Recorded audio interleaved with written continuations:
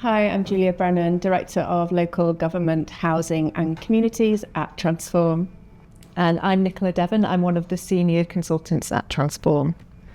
So Nicola, what, in your opinion, is the biggest risk for councils that are trying to implement and get ready for the Renters' Rights Act? And how do you think that affects renters that are particularly sort of on the edge? So I think one of the biggest risks is councils underestimating just how cross-cutting the Act is and how much of an operational change it will be. It's not just about adding things on, it's about changing things structurally and the whole operating model. So, when internal roles and processes or decision making are not clear, it's often the renters on the edges that feel that the first. So there might be delays, might be mixed messages, or being passed between teams, which obviously isn't great and doesn't go with the Renters' Rights Act and what that's actually for.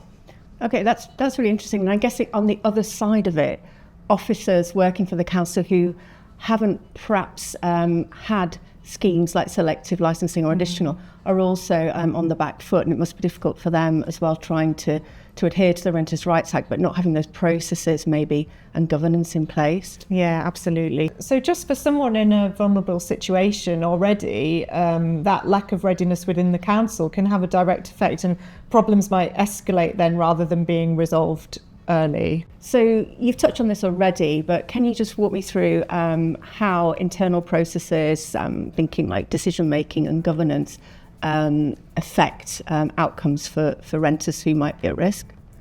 So I guess internal processes might feel quite removed from people's lived experience, but they do have a real impact. So if the processes are not clear and teams don't know how to work together, then issues don't get picked up. Whereas, conversely, when teams are working well, processes are all well defined, it means that issues can get picked up and handled earlier and more consistently.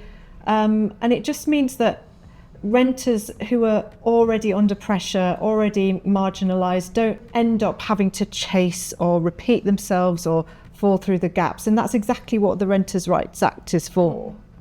And I suppose that must be equally difficult for renters who perhaps English isn't their first language or have other barriers as well. So I guess that's something else that councils need to think about, how they deal with that. Yeah, they need to have those processes in place from the get-go. So complex cases often cut across teams, across the council. How do you see collaboration making a difference for vulnerable renters?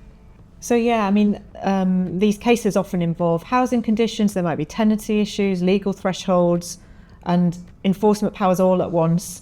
So you need the private sector housing team to be working well together with trading standards, with legal, with tenancy relations, and making sure all those teams are really aligned so that councils can respond in a joined up way and they're not bouncing people around the system, or they're not working collaboratively, or they're working in silos. We've got to really make sure that's not happening.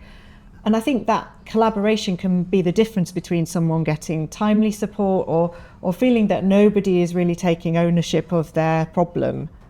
It's really important that the council have one strategic way of dealing with the Renters' Rights Act and one way of implementing it across all those services. Absolutely, yeah, because you don't want duplication either. You don't want more than one team working on the same part of the problem. They've got to be working together, and that needs to be defined from the start. So what does enforcement readiness mean for you then? So I think councils absolutely need to be on the front foot with this, because they don't want to end up with a backlog of enforcement. These enforcements, because of the Renters' Rights Act, they're mandatory now. They can't shy away from any of this. Civil penalties. Civil penalties, exactly. So, they've got to have these processes in place that mean that, escalation can happen when it needs to, because, they need to be letting landlords know that they mean business when it comes to the Renters' Rights Act. Absolutely. Renters' Rights Act is a major shift for councils, bringing new responsibilities around enforcement, compliance, and tenant and landlord comms. It demands confident, coordinated responses. At Transform, we help local authorities navigate that change through strong programme governance, service redesign, data readiness and targeted communications. Our practical, flexible approach ensures that councils can be compliant, operationally ready and set up to raise standards across the private rented sector.